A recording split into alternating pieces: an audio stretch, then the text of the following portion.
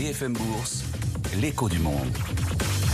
Et je retrouve mon collègue Christopher Dembicq de Pictet AM.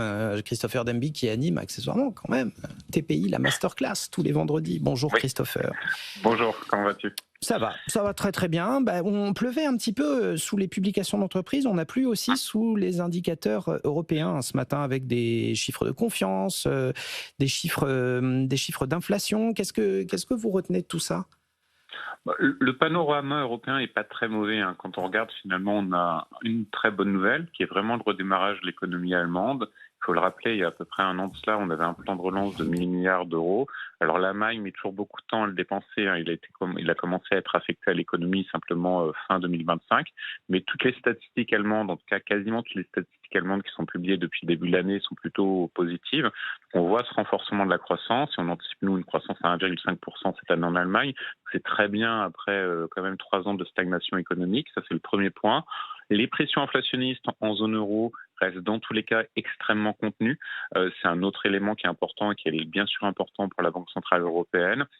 Alors, si on regarde un peu dans le détail, il y a deux aspects. Un, c'est que finalement, les taxes douanières, tout le remue-ménage au niveau des taxes douanières a eu assez peu d'impact finalement en termes de dynamique d'inflation dans la zone euro, même d'inflation importée. Première bonne nouvelle. Après, il faut aussi être assez lucide. La faiblesse de l'inflation en zone euro, c'est aussi le symbole de deux choses. Une demande qui reste quand même très faible.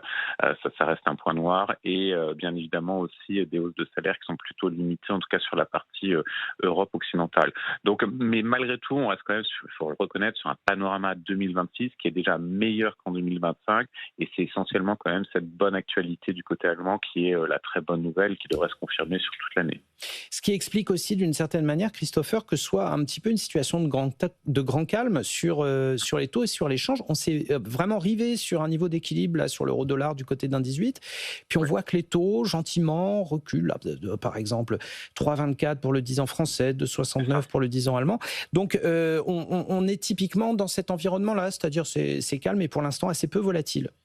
C'est ça, c'est à peu près le meilleur des mondes. Vous vous en souvenez, il y avait eu un peu de panique quand l'euro avait franchi l'euro-dollar, la zone des 1,20. Ouais. Tout de suite, il y avait tous les éléments. Ça y est, on va atteindre les 1,25. Il y a un peu une zone de fragilité pour la compétitivité de la zone euro. La BCE va intervenir.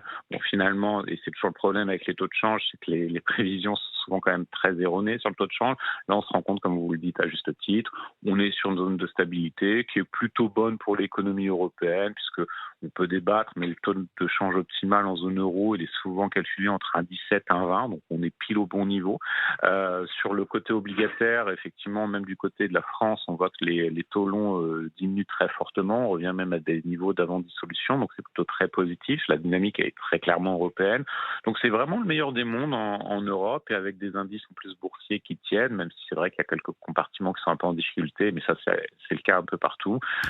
Donc la dynamique, elle reste vraiment favorable. Dernière chose, Christopher, c'est vrai qu'on a commencé la semaine, on a fini la précédente plutôt avec des inquiétudes autour des entités de crédit privé américains. Il y avait Blue Owl Capital, qui était alors là, pour le coup, un instrument très circonscrit dans le circuit de financement de l'IA, de la tech américaine.